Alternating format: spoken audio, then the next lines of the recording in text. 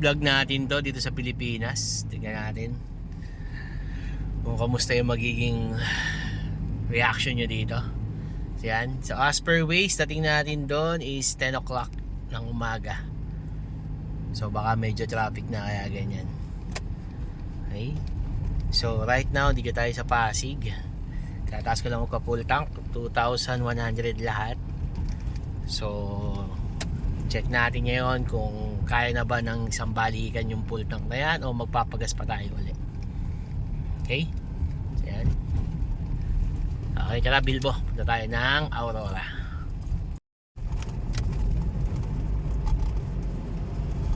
Okay guys, SNX na tayo. Okay. Ito, bumabaybay pa rin tayo. Naka-4 na stopover na yata kami. Food trip tayo, food trip. Meron tayong BFF Rice, Dunkin Donut, tsaka kape. Yan, welcome to naharangan ng truck. Yun, yung SNX. Okay. Yan. Tapos na ito, exit daw tayo ng La Paz, papunta ng Aurora, Quezon. Okay, biyahe ulit. Okay guys, eto na, lalabas na tayo ng SNX. So dyan tayo, CLLEX. Okay, tapos La Paz exit dyan eh. Tapos diretso na tayo nito sa Aurora Baler. Ganda ng ng panahon ngayon. Walang ulan, maayos lahat, sarap mag-drive. Okay guys, touchdown Nueva Ecija. So as per Waze, 3 hours pa. Ayan, papunta ng Baler. 115 km going to Baler. Okay, malapit na tayo guys.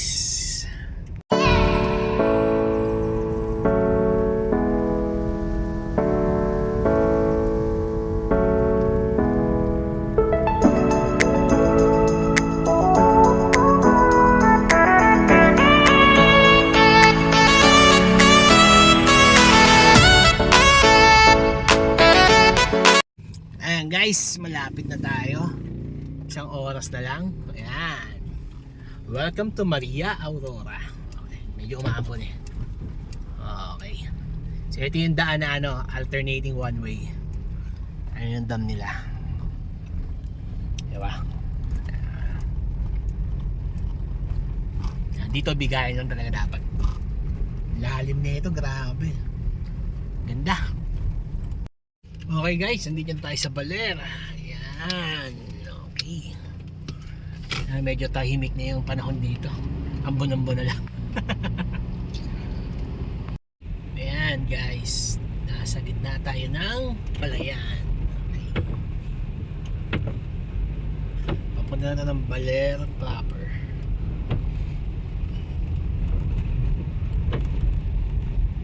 So ito lang yata talaga yung daan dito eh. Hindi ko rin alam. Pero yun nga, kailangan dahan-dahan lang kasi medyo lubak-lubak yung daan. Tapos both side, palayan na yan. Yan, palayan. Ito palayan din. Okay? So 10 minutes, ano na tayo. Hey guys, so yun yung dagat sa dulo. Tapos eto yung Blue Coco. Ayan. So ano siya. So may parking area doon. Mukhang doon yung parking. Okay. So ito yung pinaka-entrance. Check natin. Hi ate! Good morning! Ayan, mag-register tayo dito. Okay. So binuko siya via Agoda. So ito yung place. Okay. So register lang ako guys. Tapos balikan ko kayo. Ayan guys, nandito na tayo. So akit tayo ngayon sa second floor. Second floor yata yung room natin. So pumayag si ate na mag-early check-in na tayo. So, ayan. Room tour muna tayo. Okay, room tour tayo.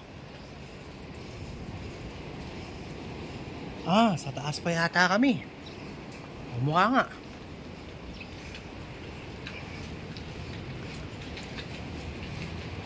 Ito yung Santorini style na ginawa. So, yun yung sasakyan natin. Yan si Bilbo. Yan yung dagat, oh. Yan. Hi, te. Ay po. Yung sir sa dulo. Sa dulo, okay. So yan guys. So nasa third floor tayo. Ito yung room natin. Mag-room tour tayo ngayon. Ito siya.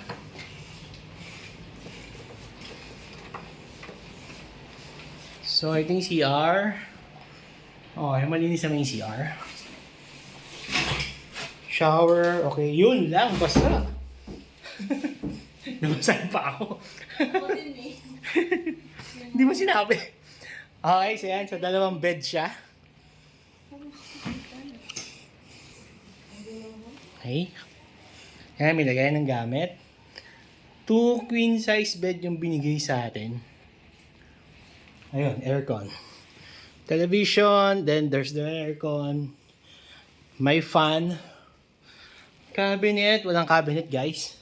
May balcony. So yan, yun yung dagat. Okay. So mamaya, kuha natin yung balcony. For now, yan. Lapag muna namin gamit dito, tapos pahinga muna kami, kakain muna kami. Okay? And hi guys. Nandito na tayo sa loob ng room. Okay? So nakuha natin siya via Agoda.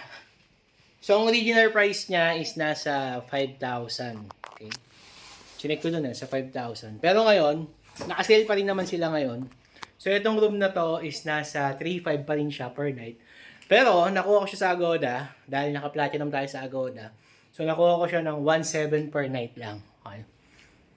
So yan. So on ko na yung aircon. Hindi, mamaya nakakain muna kami. So dalawang bed. Queen size. Oh, in fairness, malambot yung bed.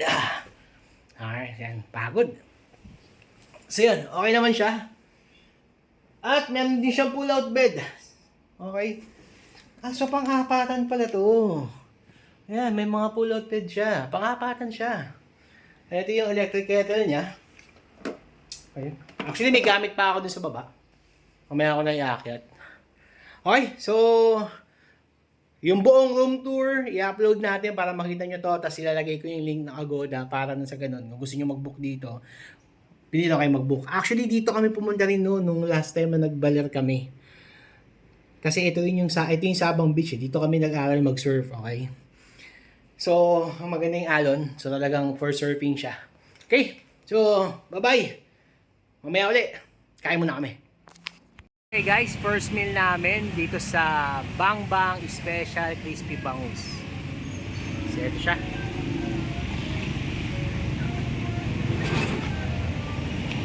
Ito yung area nila. So meron siyang free drinks. Okay, may mga waffle sila. Plus yan, mga drinks. Pasta.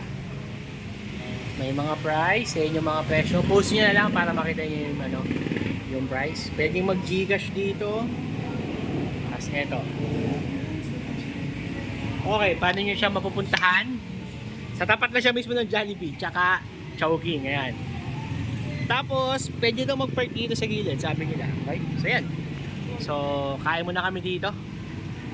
Okay guys, ito yung order namin. So, hot silog, tsaka, ano yan? Tosilog. Tosilog, yan. Nakalagay siya sa malaking mangkok.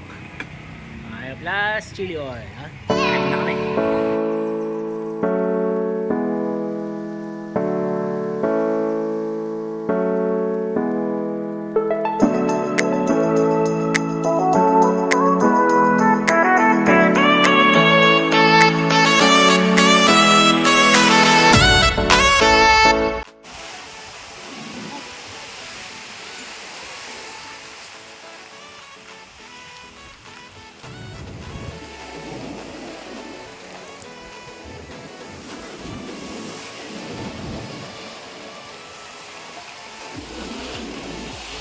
Yan, hi guys. So, andito tayo ulit sa Baler. Actually, kagigising lang namin.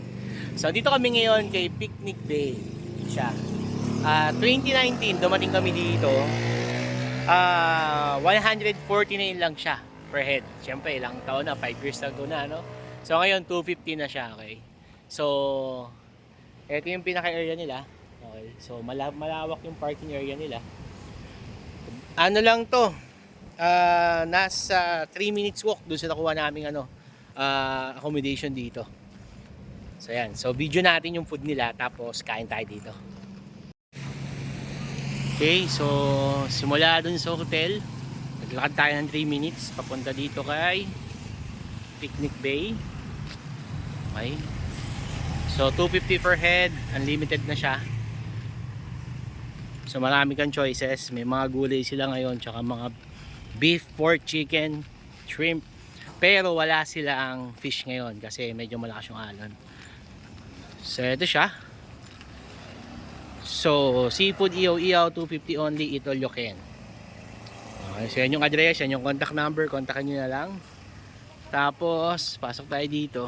So walang masyadong tao ngayon. Ayun yung wife ko, kumuha na siya ng food niya.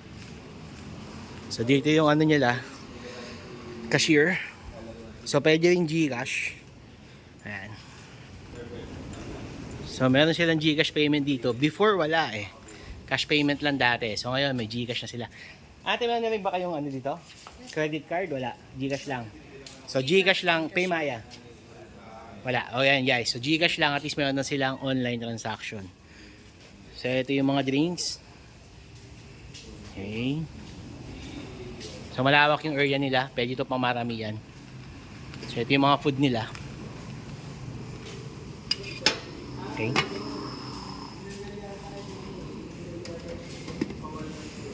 Dumating kami dito kanina alas 10. Pero hindi na ako nagkuhan. Ito kailangan palitan. Hindi kami nag-try kanina kasi inaantay namin yung fish. Andun yung pusit sa kabila. Takpan mo, babe. Okay. Uy, binagoongan to ah. Ate, ano to? Lechon kawali? Okay.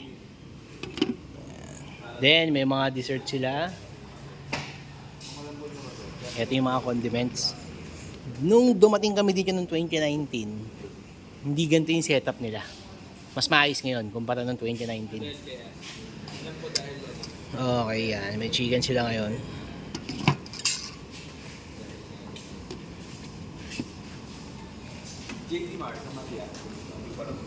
Actually, konti tao ngayon eh, kaya mas okay. Kasi nung dumating kami dito nun, sobrang daming tao. 2019. So, tagal, no? Bago nakabalik. Yan. Ito, may pusit sila. Okay. And then, what is this? Ano ito, te? Sweet and sour pork. Okay, pork.